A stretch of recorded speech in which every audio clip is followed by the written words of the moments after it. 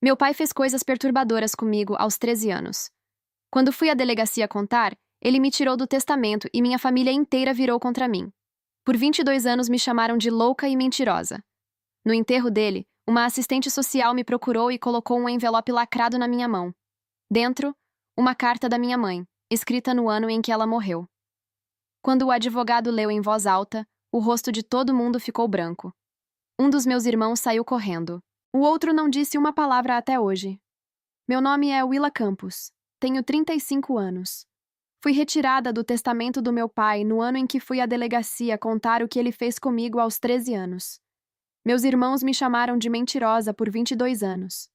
No enterro dele, uma assistente social que eu nunca tinha visto na vida sentou do meu lado e colocou um envelope lacrado nas minhas mãos. Dentro estava a carta da minha mãe, escrita no ano em que ela morreu. Minha mãe sabia de tudo, de cada detalhe. E ela tinha me deixado como única beneficiária de um patrimônio separado que ela criou em 1998. Um patrimônio que meu pai escondeu de todos nós por 27 anos. Meus irmãos não sabiam que existia. Agora sabem. E o que aconteceu no escritório do advogado quando a verdade veio à tona é algo que nenhum de nós vai esquecer. Deixa eu te levar de volta para setembro.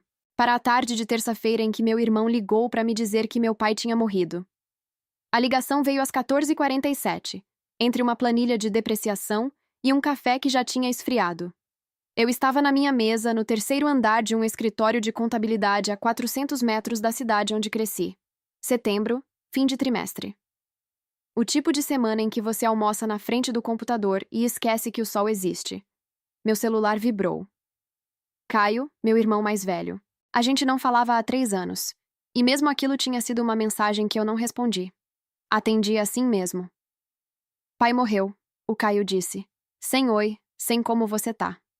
AVC essa manhã. Fiquei sentada com o celular na mão esperando sentir alguma coisa. Não veio nada. E aí me senti culpada pelo nada. Esse foi o primeiro sentimento.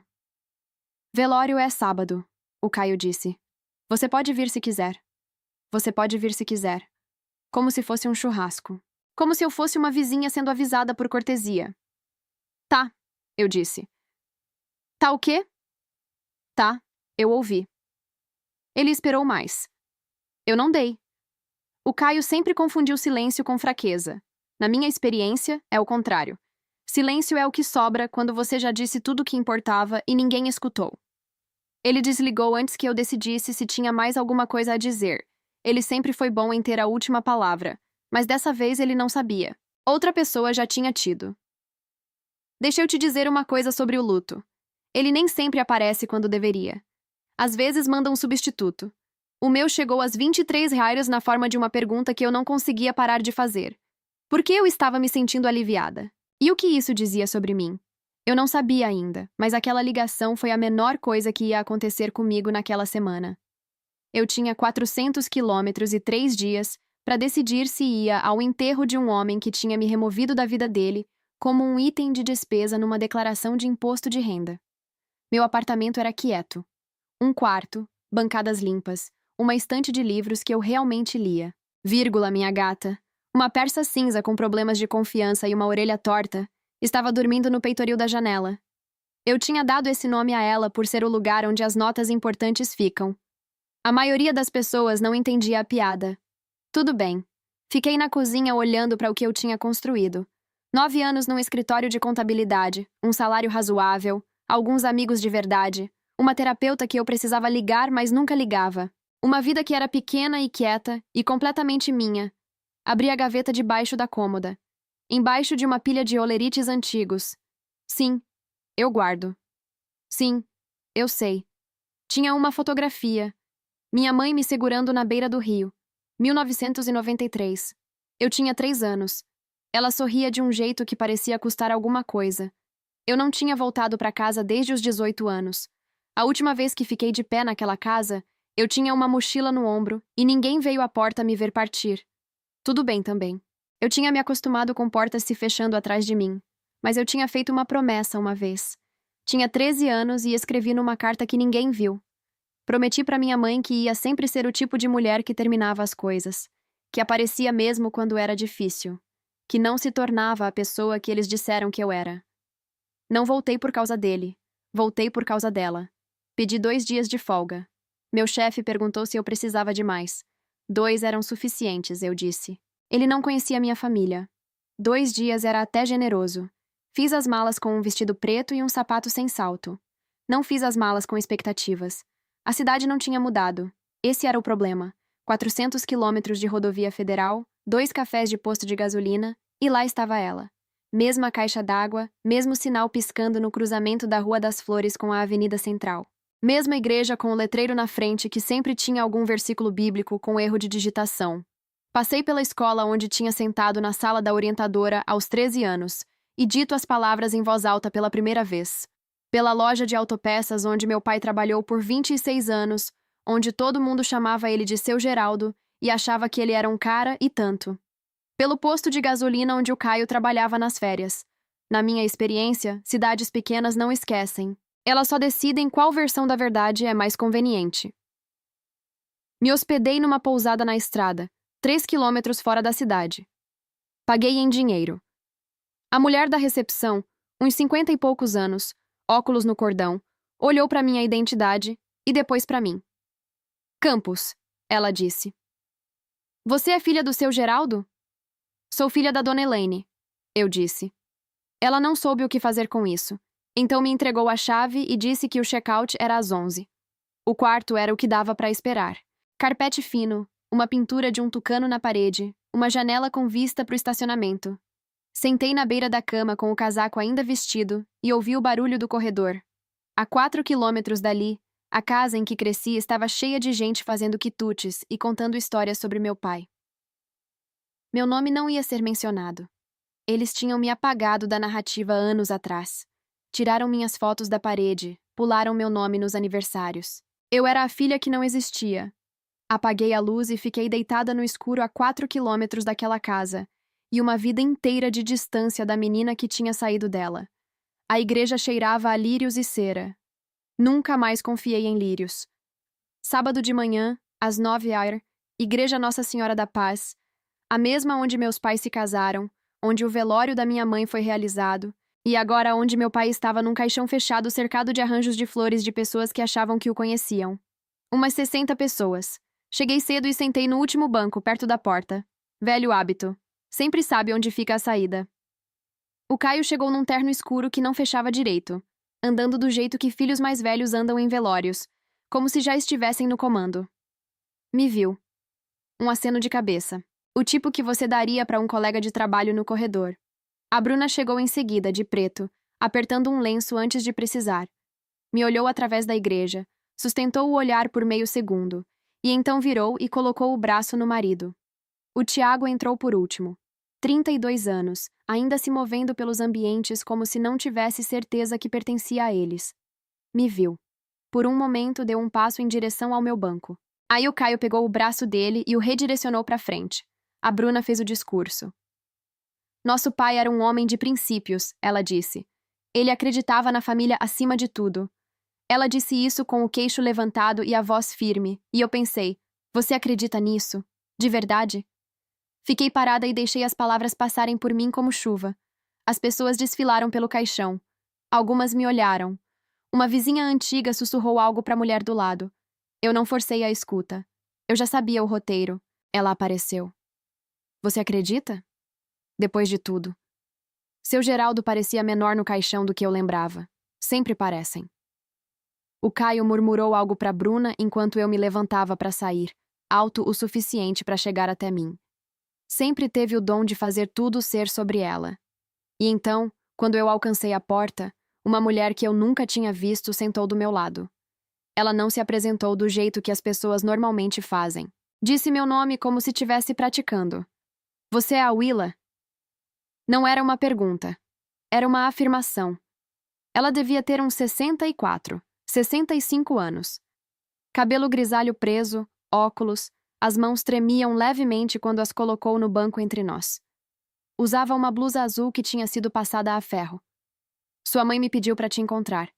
Ela disse baixinho. Tudo no ambiente foi embora de repente. Meu nome é Margarete Cavalcante. Fui assistente social nessa comarca por 31 anos. Conheci sua mãe. Ela veio até mim em outubro de 1998. Ela parou. 2 semanas antes de ela partir. Eu não conseguia falar. Minha mandíbula estava fazendo algo involuntário. Minhas mãos apertaram a beira do banco. A Margarete mergulhou na bolsa e tirou um envelope grande, grosso, lacrado. Na frente, numa caligrafia que eu reconheci como se fosse o próprio coração batendo. A letra caprichada de escola da minha mãe. Para minha Willa, quando for seguro. As instruções dela eram claras. A Margarete disse: quando o Geraldo Campos morrer, entregar isso para Willa. Só para Willa. Ela colocou o envelope nas minhas mãos. Carrego isso há 27 anos. Fico feliz que acabou. Ela se levantou. Não perguntou se eu tinha dúvidas. Não explicou mais nada. Alisou a blusa, assentiu uma vez e saiu da igreja sem olhar para trás. Fiquei sentada segurando o envelope com as 2 mãos. Ele era mais pesado do que deveria ser. Ou talvez eu é que estava. Se você já amou alguém que te fez sentir louca por lembrar do que aconteceu, você sabe a matemática que eu tô falando. Você passa anos se perguntando se inventou tudo. E aí alguém te entrega a prova de que você não inventou. Não abri ali. Tem coisas que você não abre numa sala cheia de gente que passou 22 anos te chamando de mentirosa. Eu não sabia ainda, mas aquele envelope era mais pesado do que qualquer coisa que meu pai tinha deixado para trás. Fui ao velório porque é o que se faz.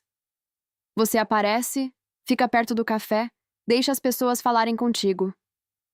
A sala da casa estava cheia. Travessas de comida cobriam a bancada da cozinha. Alguém tinha colocado guardanapos de papel com uma santa impressa. A Bruna me achou perto da pia. Você não precisava vir, sabe? Ninguém esperava você. Ela disse com aquele tom que usava com os alunos da 2ª série. Gentil, instrutivo, completamente certa da hierarquia. Eu sei, eu disse. O Caio cruzou a cozinha com um prato de comida que ele não estava comendo. Advogado lê o testamento na quinta que vem. Você não tá nele, só pra saber. Eu sei disso também, eu disse. Ele esperou eu estremecer. Eu não estremeci. As pessoas acham que ser excluída de um testamento é a pior coisa que um pai pode fazer. Nunca estiveram numa família onde o testamento é uma arma. Meu pai me tirou em 2003 na frente dos meus irmãos, na semana depois que eu contei a verdade. Isso é o que acontece, ele disse. Quando você trai a família. Ele queria dizer, isso é o que acontece quando você para de ficar quieta. O Tiago chegou com um copo d'água. Toma, ele disse, me entregando. Depois, mais baixo. Desculpa por tudo. O Caio olhou. O Tiago recuou como um cachorro que foi pego no sofá. Olhei em volta pela sala. Cada parede, cada prateleira. As fotos de família acima da lareira tinham sido reorganizadas anos atrás. Cada foto minha sumida, como se eu tivesse sido apagada com uma borracha. O Caio disse que eu não estava no testamento. Ele disse como se fosse uma ameaça. Ele não sabia que era um alívio. Sentei na beira da cama da pousada e segurei o envelope do jeito que você segura algo que pode mudar sua vida. Ou seja, com cuidado e com as 2 mãos. Barulho no corredor. Lá fora, um carro saiu do estacionamento e os faróis varreram o teto. Peguei a tesoura na nécessaire e abri o envelope pela parte de cima. Limpo, preciso. Do jeito que eu abro tudo. Sou contadora. Até minhas crises são organizadas. 3 itens dentro. Primeiro, uma carta. 4 páginas, dobradas, na letra da minha mãe. Reconheci na hora. A mesma mão que tinha escrito meu nome em lancheiras e bilhetes de autorização 30 anos atrás. Segundo, um documento. Cópia autenticada. O cabeçalho dizia: Declaração de bem particular e doação antecipada de herança. Elaine Harper Campos. Lavrada em 15 de agosto de 1998. Beneficiária: Willa Elaine Campos. Bens: propriedade à beira do Lago Serafim, lote 7, e 680 mil UARs em aplicações financeiras da herança pessoal da doadora. Terceiro, uma carta de instrução da minha mãe para a Margarete Cavalcante, reconhecida em cartório, datada de 1º de outubro de 1998. 12 dias antes de ela morrer. Abri a carta na primeira página. 12 de agosto de 1998. Não tenho muito tempo. O médico diz semanas, talvez 2 meses. Preciso escrever isso porque não vou estar aqui para dizer. Li essa linha 4 vezes. Depois coloquei a carta na cama e pressionei as palmas das mãos contra os joelhos até pararem de tremer. 680 mil TWRs. Uma propriedade à beira do lago. Uma doação feita 2 meses antes de ela morrer, com herança própria, bem separado. Meu pai não era mencionado em nenhum lugar. Minha mãe tinha sabido. Ela tinha sabido de tudo. E ela tinha feito a única coisa que uma mulher morrendo podia fazer. Ela tinha planejado um futuro que ela nunca ia ver. E essa era só a primeira página. A letra da minha mãe era pequena e precisa. Cada letra deliberada, cada palavra escolhida.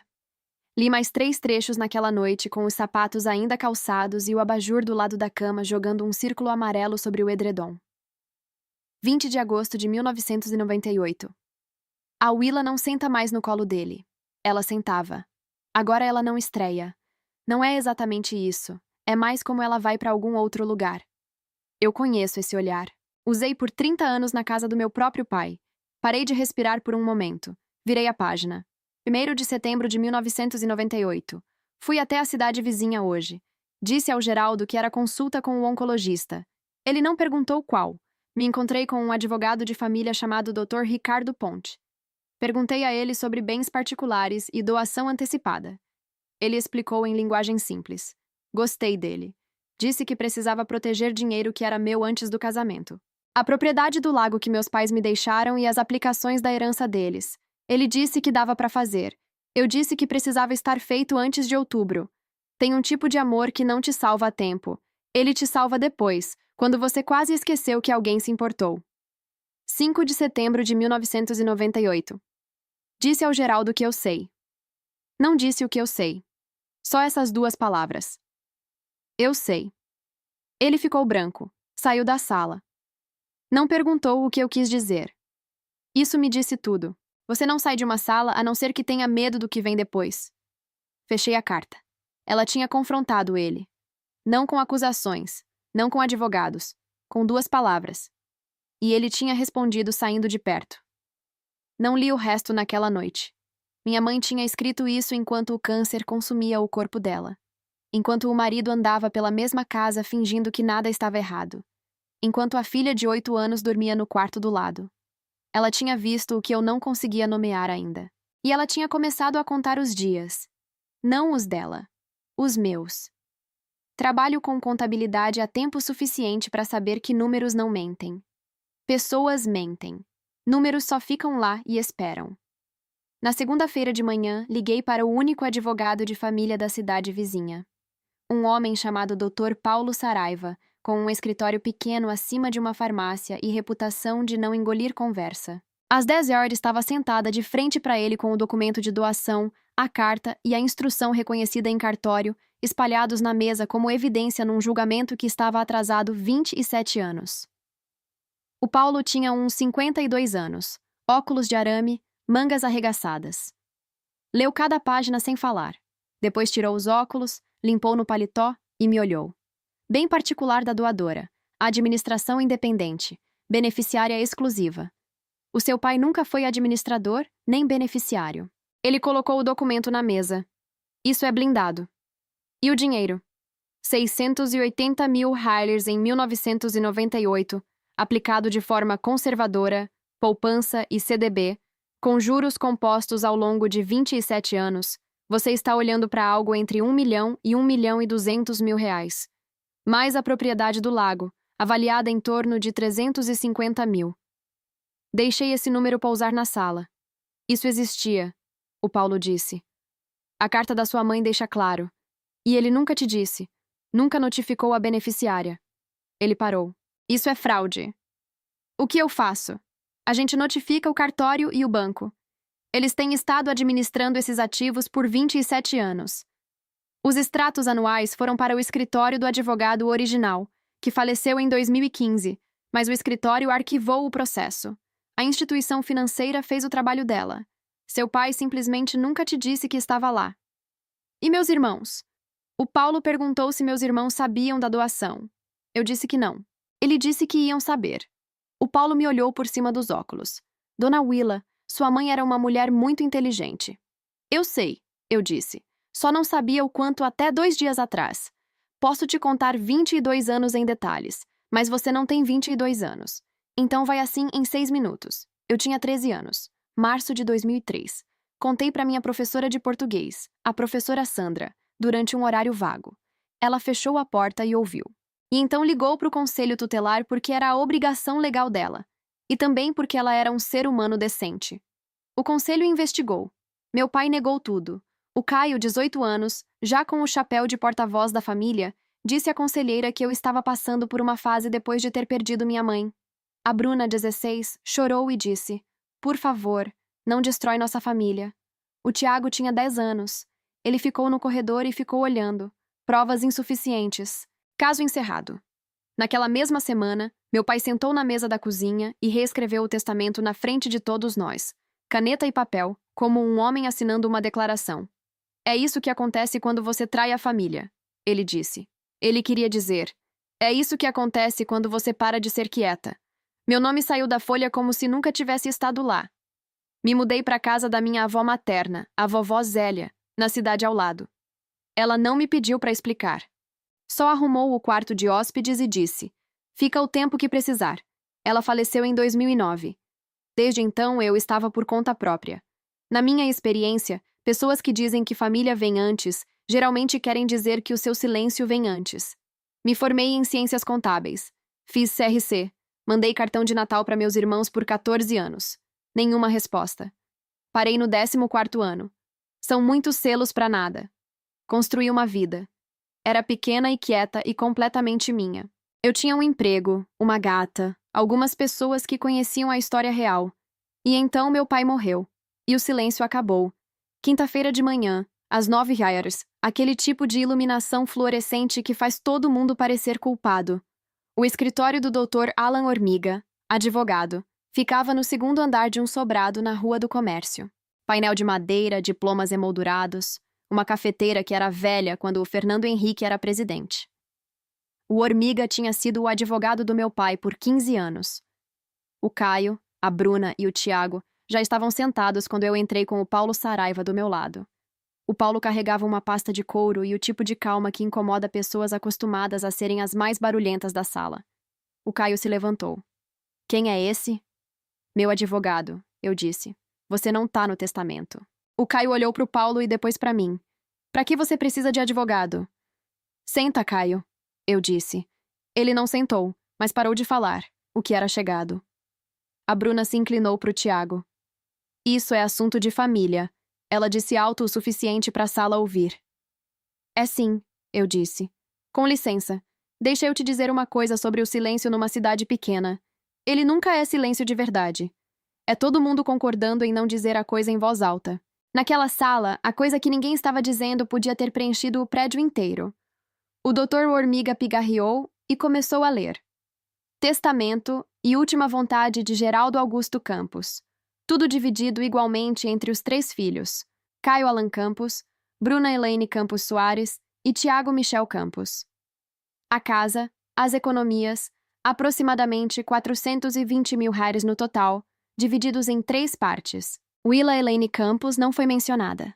O Caio se recostou na cadeira com o sorriso satisfeito de um homem que acredita que o mundo confirmou a versão dele dos acontecimentos.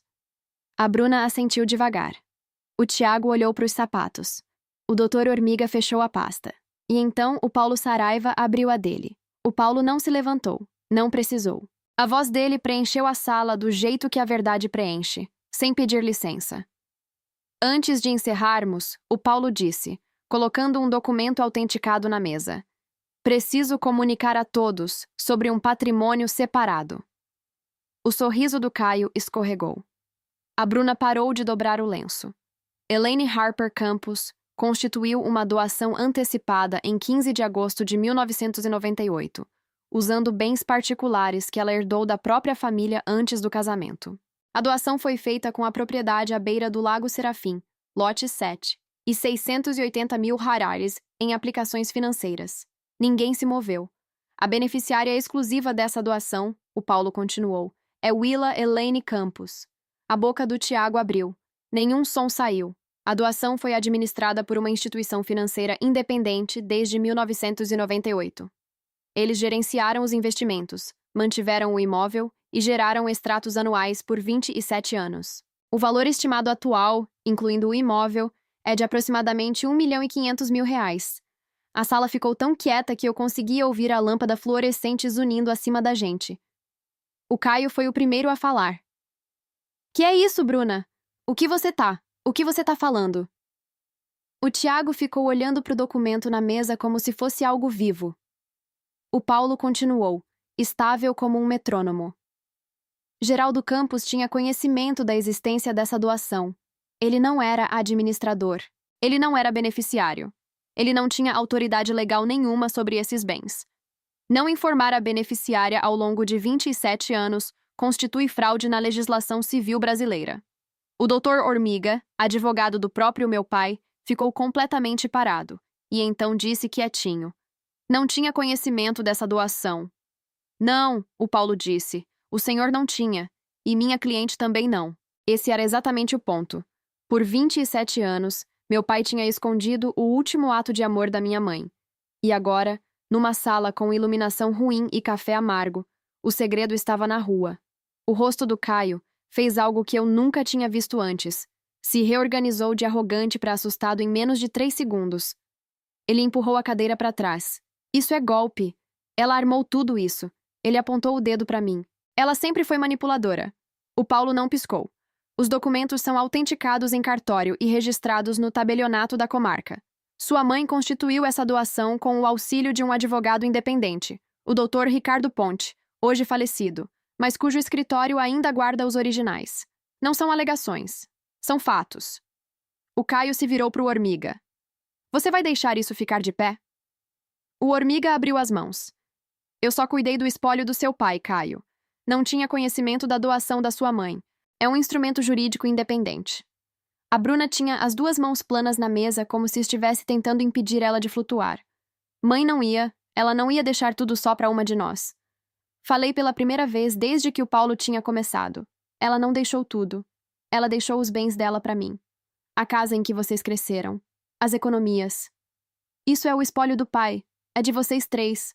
Eu não vou tocar nisso. Por que você? A voz do Caio trincou na segunda palavra. Por que não todos nós? Eu poderia ter respondido. A carta explicava claramente. Mas tem perguntas que se respondem sozinhas se você deixar elas assentarem tempo suficiente. E o Caio, pela primeira vez, precisava sentar no silêncio que ele tinha me forçado a ficar por 22 anos. Não disse nada. O Tiago me olhou pela mesa. Ele não estava com raiva. Estava fazendo as contas. As mesmas contas que eu tinha feito no quarto da pousada. Se mãe fez isso pela Willa antes de morrer, então mãe sabia de alguma coisa. E se mãe sabia... Ele não terminou o pensamento. Não precisou. O Caio ia entender logo. A Bruna chorou do jeito que uma barragem estoura, de uma vez só e na direção errada. Ela tinha segurado desde que o Paulo começou a falar, e agora veio. O tipo de choro que é menos sobre tristeza e mais sobre o som que uma pessoa faz quando o chão some. Então mãe sabia, ela disse. A voz dela estava fina e alta. Ela sabia e não nos avisou. Ela não nos protege. Ela parou no meio da frase, como se tivesse esbarrado numa parede que ela mesma construiu. Ela não te protegeu, não, eu disse. Ela estava morrendo, Bruna. Tinha câncer de ovário. Estágio 4. Tinha semanas de vida. Ela não conseguia me proteger e não conseguia enfrentar ele e não ia sobreviver tempo suficiente para ver um processo. Eu mantive a voz estável. Então, ela fez a única coisa que podia. Ela separou o dinheiro e escreveu tudo. A máscara da Bruna tinha chegado no queixo. Eu não sabia. Juro, Willa, eu não sabia. Você não quis saber. É diferente. A sala segurou o fôlego.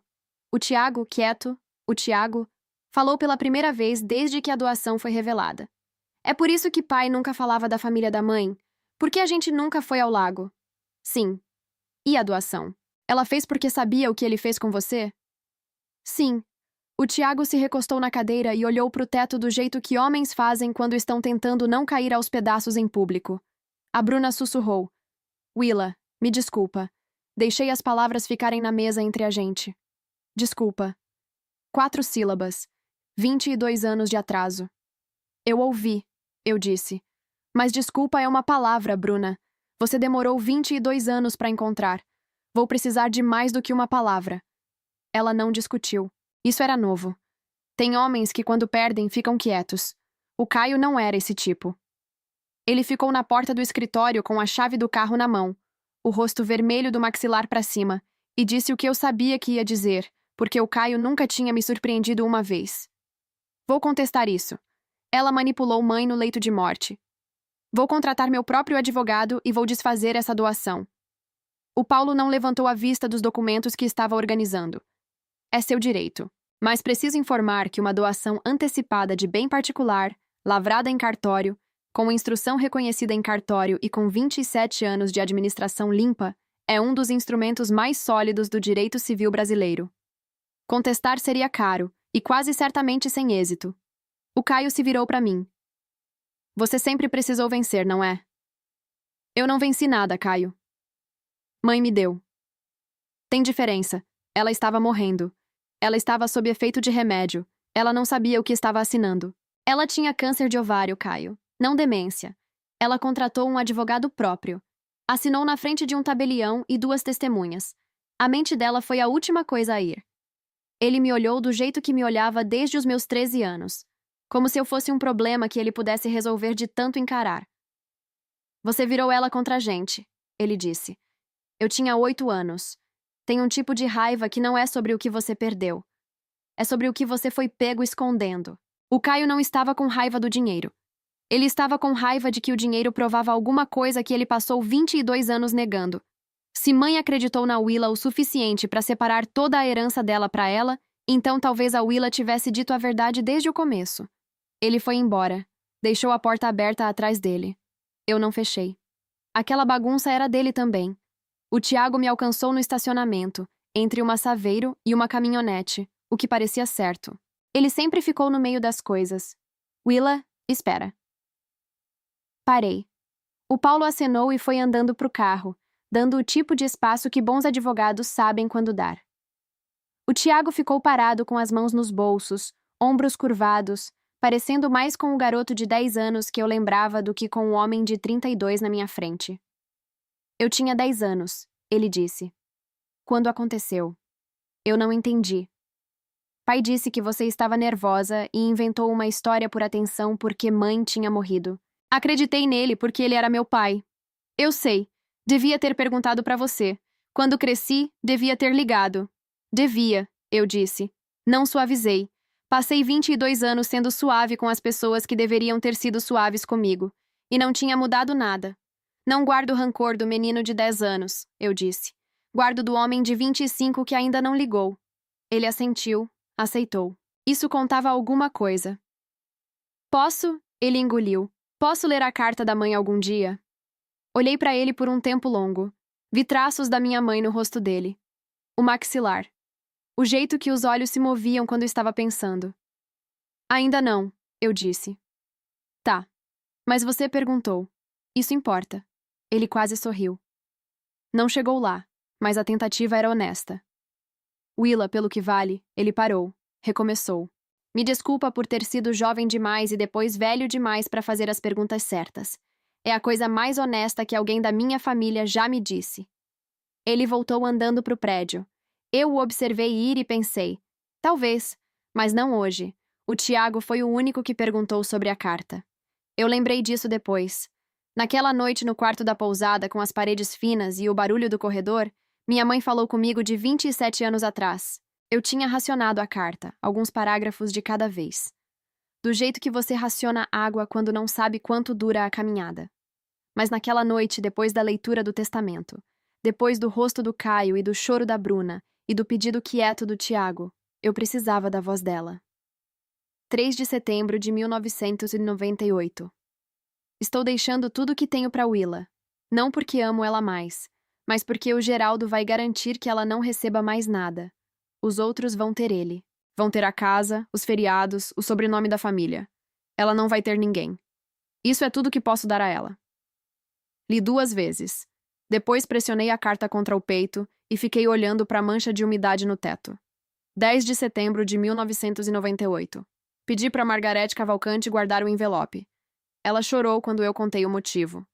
Prometeu. Eu acredito nela. Margarete é o tipo de mulher que cumpre promessas mesmo quando custam. Preciso desse tipo de mulher agora.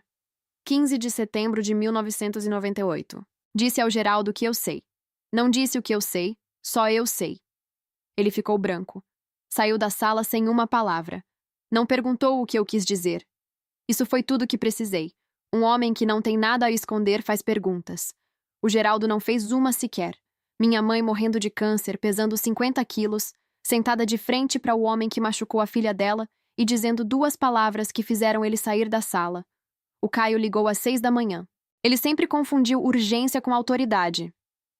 Você não vai ficar com esse dinheiro, ele disse. Sem bom dia. Mãe estava doente. Não estava pensando direito. Eu vou provar. Já estava vestida, sentada na escrivaninha da pousada com o café e um bloco onde eu tinha escrito uma lista de coisas para fazer. Falar com a instituição financeira, avaliar a propriedade, ligar para o escritório. A lista estava organizada. As minhas manhãs sempre estão. Ela foi diagnosticada com câncer de ovário, Caio, não demência. Ela contratou um advogado próprio em outra cidade com o dinheiro dela. Assinou na frente de tabelião e 2 testemunhas. Ela estava pensando mais claro do que qualquer um de nós. Você virou ela contra essa família. Caio, eu tinha 8 anos. Silêncio. Você pode acreditar no que precisar, eu disse. Mas essa doação foi revisada por uma instituição financeira por 27 anos. Não vai embora porque você está com raiva. Ele desligou. Terminei o café. Deixa eu te dizer como reconhecer um homem que perdeu o controle. Ele não fica quieto. Fica mais barulhento. Começa frases com "e você não pode". Confunde volume com poder. O Caio tinha sido a pessoa mais barulhenta de todos os ambientes desde os 18 anos. Tinha funcionado com os amigos do meu pai, com os colegas de trabalho, com a Bruna e o Tiago. Nunca tinha funcionado comigo. O Paulo ligou às 9. A instituição financeira tinha confirmado tudo. 27 anos de extratos trimestrais, extratos de investimento, pagamentos de IPTU, tudo arquivado. O escritório do advogado original tinha arquivado os registros quando o Dr. Ricardo Ponte faleceu em 2015, mas a instituição nunca parou de administrar os bens. O Caio pode gastar 50 mil com o advogado e perder, o Paulo disse. Ou pode aceitar a realidade. Ele vai gastar o dinheiro, eu disse. Ele prefere ficar sem dinheiro e estar certo do que ficar com dinheiro e estar errado. O Paulo riu. Eu não estava brincando. A Bruna bateu na porta do meu quarto da pousada numa sexta à noite, o que significava que ela tinha ficado rodando de carro por pelo menos 1 hora tentando decidir. Abri a porta. Ela estava de jeans e blusa, sem maquiagem, o que para Bruna era o equivalente a aparecer nua. Posso entrar? Deixei ela passar. Ela sentou na cadeira de plástico perto da janela. Eu sentei na cama. 2 irmãs num quarto de pousada que cheirava a desinfetante e arrependimento. Tenho pensado desde quinta, ela disse. Fico passando tudo pela cabeça, todos esses anos. Esperei. Eu sabia que algo estava errado, ela disse. Olhou para as mãos. Acho que sempre soube, mas se eu dissesse em voz alta teria que fazer alguma coisa. E eu tinha 16 anos e estava com medo. E ele era meu pai e você era a irmã mais nova. E só ela pressionou os dedos nos olhos. Eu simplesmente não. Eu tinha 13 anos, eu disse. E eu também estava com medo. A diferença é que eu ainda falei. Ela estremeceu. Eu não me desculpei pelo estremecimento. Dou aula para crianças de 7 anos, Willa.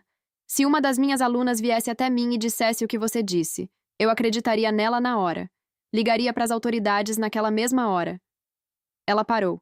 E mesmo assim, com a própria irmã, ela não conseguiu terminar. Não precisava terminar. Eu sei, eu disse. Ficamos no silêncio por um tempo. Barulho no corredor. Uma porta fechando lá fora. Não espero que você me perdoe, a Bruna disse. Bom, porque eu não tô pronta. Ela assentiu. Não chorou dessa vez. Isso era progresso. Dela, não meu. Ela saiu às 21 horas. A gente não se abraçou, mas ela me olhou antes de fechar a porta. E pela primeira vez em 22 anos, ela me viu. Não a história que pai contou, não o exemplo negativo. Eu. A propriedade era exatamente onde ela tinha dito que seria. Lote 7, Lago Serafim. como um ponto marcado num mapa 27 anos atrás que nunca se moveu. Dirigi 40 minutos numa manhã de sábado por estradas de 2 sentidos margeadas de eucaliptos. O Paulo tinha providenciado que a instituição financeira mandasse uma chave. A zeladora do imóvel, uma mulher aposentada chamada Dona Teresa, que morava 3 lotes acima, tinha cuidado da parte externa por anos. Ela acenou da varanda quando eu cheguei. A casa era pequena, construída no início dos anos 60 pelos meus avós, os pais da minha mãe, como casa de férias. Madeira, pintura verde desbotada, uma varanda com tela voltada para o lago. A pintura estava cansada, mas a estrutura era boa. Abri a porta da frente. O ar de dentro estava parado e fresco, do jeito que fica em casas onde ninguém mora, mas alguém se importa.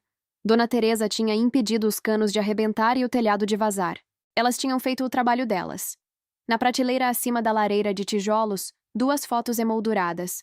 Minha mãe jovem, de pé nessa mesma varanda, franzindo o olho para o sol. Minha avó com um chapéu de jardinagem, rindo. Ninguém tinha ficado de pé nessa sala em 27 anos. Passei pela cozinha. 2 quartos, um banheiro com uma banheira antiga, um armário com toalhas com cheiro de mofo. Tudo era velho e limpo e paciente. Sentei na varanda e olhei para o lago. A luz da manhã passava pelas árvores em feixes compridos e baixos. A água estava verde escura e completamente quieta. Isso era dela e agora era meu. E ela tinha garantido isso enquanto contava os dias que lhe restavam, enquanto o câncer consumia o corpo dela, enquanto o marido andava pela mesma casa fingindo que o mundo estava bem. Trouxe a carta comigo. Não tinha lido a última parte ainda. Estava guardando. Do jeito que você guarda o último capítulo de um livro que fez você se sentir menos sozinha. Abri a última parte do jeito que você abre uma porta em que ficou parada do lado de fora por 27 anos. Estava sentada na varanda. O lago estava quieto.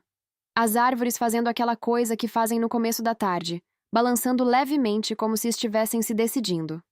2 de outubro de 1998. Tenho talvez 2 semanas. Consigo sentir. A dor tem uma forma agora e ela é maior do que eu. Willa, se você estiver lendo isso, significa que ele se foi e que você sobreviveu. Me desculpa por não ter feito mais. Devia ter saído com você há muito tempo. Me desculpa. Mas preciso que você saiba. Eu acreditei em você antes de você dizer uma palavra. Uma mãe sabe. Eu vi você mudar e soube o que te mudou e vou carregar essa falha até o túmulo. Devia ter te protegido. Devia ter pegado você e dirigido a noite toda e nunca ter olhado para trás. Eu não fiz. Eu estava doente e com medo e errei. Deixei isso aqui para você porque você vai precisar. Não do dinheiro. Da prova. A prova de que alguém te viu. De que alguém escolheu você. Eu escolhi você. Eu sempre escolho você.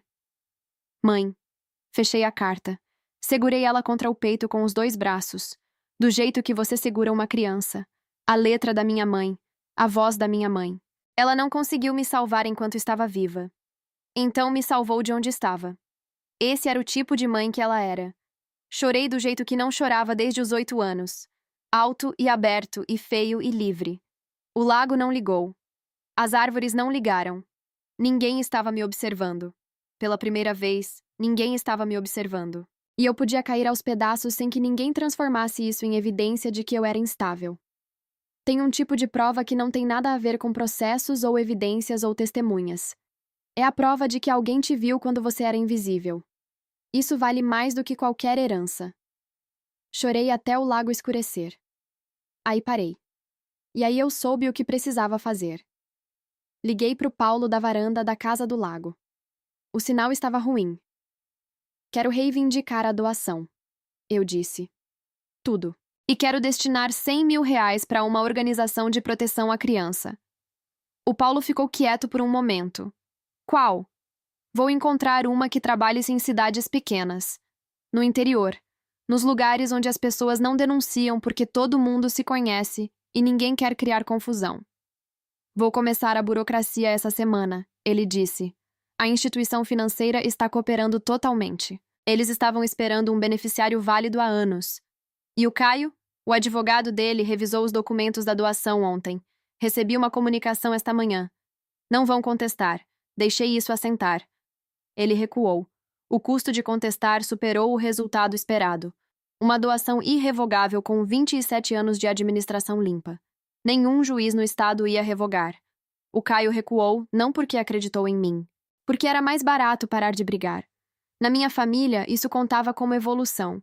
Sentei no degrau da varanda e observei uma garça atravessar o lago, baixa e devagar.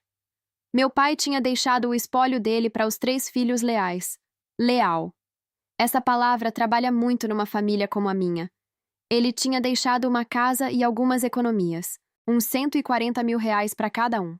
E minha mãe, da herança dela, da família que ela tinha antes de conhecer o Geraldo Campos, tinha me deixado tudo que ela tinha. Eu não me senti vitoriosa. Me senti do jeito que você se sente quando ficou segurando a respiração por anos e finalmente solta. Não feliz, não triste. Terminada. Exceto que eu não estava. Tinha mais uma coisa que precisava fazer. Eles vieram. Os 3. Eu não tinha esperado isso. Convidei eles para a casa do lago. Não uma intimação, não uma exigência. Uma ligação. Tenho algo para mostrar a vocês. Vocês não precisam vir. O Caio veio porque queria ver o imóvel. A Bruna veio por causa da culpa. O Tiago veio porque era o Tiago. A sala era pequena, lareira de tijolos, 2 janelas, luz da tarde caindo sobre um tapete de algodão trançado. O Caio ficou parado perto da lareira com os braços cruzados. A Bruna sentou no sofá velho. O Tiago se apoiou na moldura da janela. Fiquei de pé no centro da sala com a carta nas mãos. Não chamei vocês aqui para punir ninguém, eu disse. Chamei porque vocês precisam saber a verdade. Não a versão do pai, não a versão da cidade, não a versão que vocês contaram para si mesmos por 22 anos para conseguir dormir. O Caio mudou o peso do corpo. A Bruna pressionou os lábios. Minha mãe viu o que aconteceu comigo. Ela escreveu. Ela deu nome ao que viu de um jeito que ninguém poderia fingir ser outra coisa. E então garantiu que quando ele fosse embora, eu ia saber que ela acreditou em mim. Não vou ler a carta toda. A maior parte é entre ela e eu, mas vou ler o último trecho. Fiz uma pausa. Porque vocês precisam ouvir o que a mãe de vocês disse sobre o pai de vocês, na letra dela, 2 semanas antes de ela morrer. O Caio encarou a lareira. A Bruna apertou os joelhos. O Tiago me olhou e assentiu. Um aceno pequeno, firme, de alguém que sabe que algo pesado está chegando. Segurei a carta aberta. Quero que vocês ouçam isso do jeito que eu ouvi. E comecei a ler. Li as últimas palavras da minha mãe em voz alta, na casa em que ela cresceu. 27 anos depois que ela as escreveu. 2 de outubro de 1998. Tenho talvez 2 semanas. Eu consigo sentir. Minha voz estava estável. Tinha ensaiado isso não em voz alta, mas na cabeça. Várias vezes. Do jeito que você ensaia algo que precisa chegar exatamente do jeito certo. Willa, se você estiver lendo isso, significa que ele se foi e que você sobreviveu. Me desculpa por não ter feito mais. Devia ter saído com você há muito tempo. Me desculpa. Mas preciso que você saiba. O Tiago estava chorando. Lágrimas quietas, do tipo que rolam sem pedir permissão. Eu acreditei em você antes de você dizer uma palavra. Uma mãe sabe. A Bruna tinha as 2 mãos sobre a boca. Os olhos dela eram abertos e molhados e velhos. Eu vi você mudar, e soube o que te mudou, e vou carregar essa falha até o túmulo. O Caio estava olhando para o chão. O maxilar dele estava travado. Os braços não estavam mais cruzados. Pendiam do lado do corpo como se não soubessem para onde ir. Deixei isso aqui para você porque você vai precisar. Não do dinheiro, da prova. A prova de que alguém te viu, de que alguém escolheu você. Eu escolhi você. Eu sempre escolho você. Mãe. Silêncio. O tipo que não precisa ser preenchido. O tipo que se preenche sozinho. Ninguém falou por um longo tempo. 1 minuto inteiro. Talvez 2. O lago fazia sons pequenos pelas telas da janela. O Caio, finalmente, muito baixinho. Ela disse alguma coisa sobre a gente? Fechei a carta. Ela amou todos vocês. Cada trecho menciona vocês pelo nome. Ela amou vocês. Mas ela sabia quem ia precisar de ajuda. Olhei para ele. E ela estava certa. As pessoas acham que perdão é um presente que você dá aos outros. Não é. É uma porta que você abre quando está pronta. Eu não estava abrindo aquela porta naquele dia, mas eu estava olhando para a maçaneta. O Caio saiu andando do jeito que homens andam quando ficam sem argumentos. Devagar, com as mãos nos bolsos. Segui ele não para confortá-lo. Eu já tinha confortado gente o suficiente nessa família. Segui porque tinha mais uma coisa, e precisava ser dita onde os outros não pudessem ouvir. Ele ficou parado perto do carro olhando para o lago. As costas para mim. Eu tinha 18 anos, ele disse sem se virar. Ele me disse que você estava mentindo. Eu acreditei nele porque acreditar em você significava... Ele parou. Significava que seu pai era um monstro. Eu sei, eu disse. Era mais fácil perder uma irmã do que um pai. Ele se virou. Os olhos estavam vermelhos, mas ele não estava chorando. O Caio não chorava. Ele só corroía por dentro. Me desculpa, ele disse. Você disse para todo mundo que eu tinha me dado mal. Por 22 anos, Caio. Cada aniversário que não fui convidada. Cada Natal. Cada vez que alguém nessa cidade perguntou por mim e você disse ela tem seus problemas. Você não só não acreditou em mim, você garantiu que ninguém mais acreditasse também. Ele estremeceu. Eu sei, ele disse. Me desculpa. Não desfaz 22 anos disso. Eu sei. Ele me olhou. De verdade me olhou, do jeito que poderia ter me olhado em 2003 se tivesse sido um tipo diferente de irmão. O tipo que faz perguntas antes de escolher lados. Ele não era esse irmão. Podia nunca ser. Mas parado ali perto do carro, na casa do lago que minha mãe tinha guardado para mim, o Caio Campos pareceu pela primeira vez um homem que entendia o tamanho do que tinha feito. Ele entrou no carro. Saiu sem mais uma palavra. Eu não acenei. Mas também não fechei a porta. Todos os outros foram. O Tiago ficou na varanda como se estivesse esperando permissão para existir. A Bruna tinha saído primeiro. Uma mão levantada pela janela do carro do Caio. Não amigável, não hostil. Só um reconhecimento de que algo tinha mudado, e ela ainda não tinha descoberto o que fazer com isso. O Tiago se apoiou no corrimão da varanda. A luz estava indo para o âmbar. O lago estava ficando dourado. Posso voltar? Ele perguntou. Para ver a casa? Pode. Não logo, mas com o tempo. Ele assentiu. Quero ler a carta.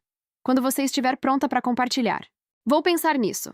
Ficamos assim, 2 irmãos numa varanda que pertencia a uma mãe que os dois tinham perdido. Eu aos 8 anos. Ele de um jeito diferente, mais devagar. O tipo de perda que acontece quando alguém reescreve a história tantas vezes que você esquece que tinha um original. Me desculpa por ter sido jovem demais e depois velho demais para fazer as perguntas certas. Ele disse. Você já disse isso. Eu sei.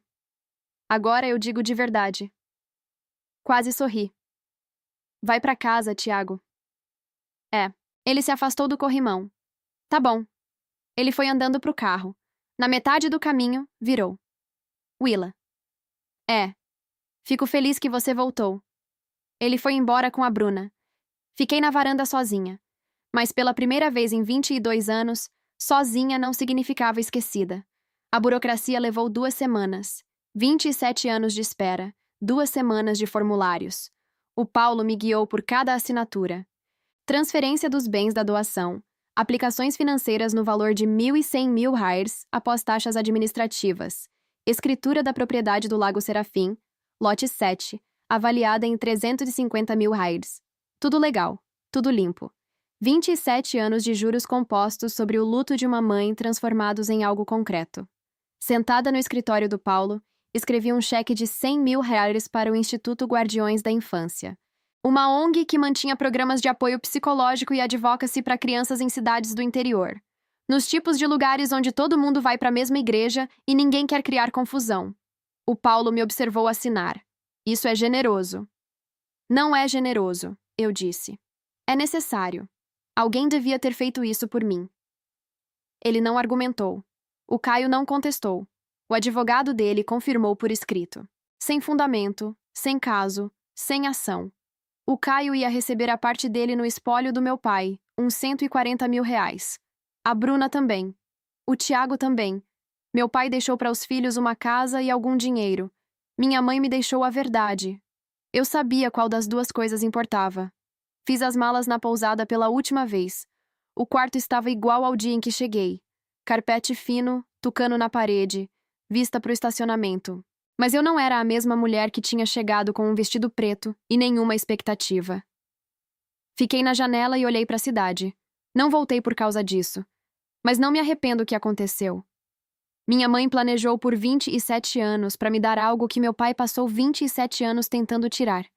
A prova de que eu fui vista, de que eu fui acreditada, de que eu importei. Escrevi a carta à mão. Sou contadora. Digito tudo, mas essa merecia caneta. Sentei na minha mesa de cozinha numa manhã de sábado com um café e uma folha de papel de carta comprado numa livraria e nunca usado porque a ocasião nunca parecia certa. Essa era a ocasião. Dona Margarete, 27 anos é muito tempo para cumprir uma promessa. A maioria das pessoas não cumpre promessas por 27 dias. A senhora cumpriu uma para uma mulher que não pôde ver a conclusão. Guardou aquele envelope por mudanças, por datas comemorativas, por anos que viraram décadas. E quando a hora chegou, a senhora me encontrou. A senhora não precisava. Ninguém saberia se não tivesse feito. Mas fez. Quero que saiba que importou. Tudo. O envelope, a carta, a doação, o fato de que minha mãe confiou na senhora e que a senhora foi digna dessa confiança. Vou reformar a casa do lago. Vou plantar margaridas no jardim da frente porque minha mãe gostava delas. E vou colocar o nome da senhora numa placa de dedicatória de uma doação que fiz, se a senhora permitir. A senhora merece ser lembrada por isso. Obrigada, Margarete, por carregar algo que devia ter sido tão pesado por tanto tempo. Willa Campos. Dobrei a carta. Enderecei o envelope. Fui andando até o correio 2 quarteirões do apartamento e coloquei na caixa. Minha mãe não pôde me salvar, mas ela conhecia alguém que ia carregar o peso até a hora de pousar. E a Margarete carregou por 27 anos, sem reconhecimento, sem pagamento, sem que ninguém soubesse. Ela fez porque tinha prometido a uma mulher morrendo. E a Margarete Cavalcante era o tipo de pessoa que queria dizer sim quando dizia sim. Postei na terça e fiz café, e sentei na minha mesa de cozinha, e fiz algo que não fazia em 27 anos. Me senti segura. A Bruna mandou uma mensagem 3 semanas depois. Comecei terapia. Achei que você devia saber. Não respondi ainda. Mas não apaguei. Coloquei na gaveta com a fotografia. O Tiago mandou uma foto num domingo. Uma árvore enorme e cheia numa praça, sem texto. Mandei de volta um joinha. Não era muito. Era um começo. O Caio. Silêncio. Aceitei do jeito que aceitei tudo do Caio, sem surpresa e sem expectativa. Liguei para um pedreiro. Um homem chamado Seu Walter, indicado pela Dona Teresa. Quanto serviço tem? Eu perguntei. Ele disse. Tem amor para dar. Eu disse. Eu tenho tempo. 3 semanas depois, voltei para o escritório. A Juliana, minha colega, perguntou como foram meus dias de folga. Coisa de família, eu disse. Ela não insistiu. Boa colega é como boa cerca. Respeita a divisa. Na quinta-feira, liguei para uma psicóloga indicada pela minha amiga Daisy. Primeira consulta disponível em 2 semanas. Não tô em crise, eu disse para a recepcionista. Só acho que é hora. Era. Tinha sido por 22 anos. Mas você não se cura no prazo que faz sentido para outras pessoas. Você se cura quando o chão debaixo de você finalmente fica quieto o suficiente para se firmar. A reforma da Casa do Lago ficou pronta em abril. Pintura nova, verde sálvia, a cor que tinha quando minha mãe era jovem. Telas novas na varanda, os assoalhos lixados e selados. A mesma vista que minha avó amava, e a filha dela depois dela, e agora eu. Dirigi até lá numa manhã de sábado com a vírgula numa caixinha de transporte no banco do passageiro. Ela reclamou os 40 minutos inteiros. Eu disse que estava sendo dramática. Ela discordou. O seu Walter tinha deixado as chaves debaixo do tapete e um bilhete. Ficou bonito. Sua mãe ficaria orgulhosa. Ele nunca tinha conhecido minha mãe, mas acho que ele estava certo. Coloquei a vírgula para baixo na varanda. Ela percorreu o perímetro, cheirou cada canto, e então sentou num ponto de sol como se sempre tivesse vivido ali. Gatos são bons nisso. Ocupam um lugar como se fosse deles, sem precisar de permissão de ninguém. Fiz café na cozinha. A água do poço tinha gosto de pedra e frio. Carreguei a xícara para a varanda e sentei na cadeira que tinha comprado num brechó da cidade, uma cadeira larga pintada de branco. O lago estava quieto. Os eucaliptos tinham voltado verdes. Em algum lugar uma garça cantou. Não voltei por causa da herança. Voltei porque minha mãe me pediu para ser o tipo de mulher que termina as coisas. Eu terminei. Meu pai deixou para os filhos uma casa e algum dinheiro. Minha mãe me deixou a verdade. Fico com a verdade. Guardei a carta. Às vezes, quando as tardes são longas e a água está quieta, ela está lá em cada linha, ainda me escolhendo. 22 anos é muito tempo para estar errado sobre alguém. É mais longo quando você escolheu estar. Fiquei na varanda até o sol começar a baixar. A vírgula dormiu na minha altura. O lago ficou cor de cobre. E pela primeira vez em 22 anos, eu soube com certeza o que minha mãe soube desde o começo. Eu ia ficar bem.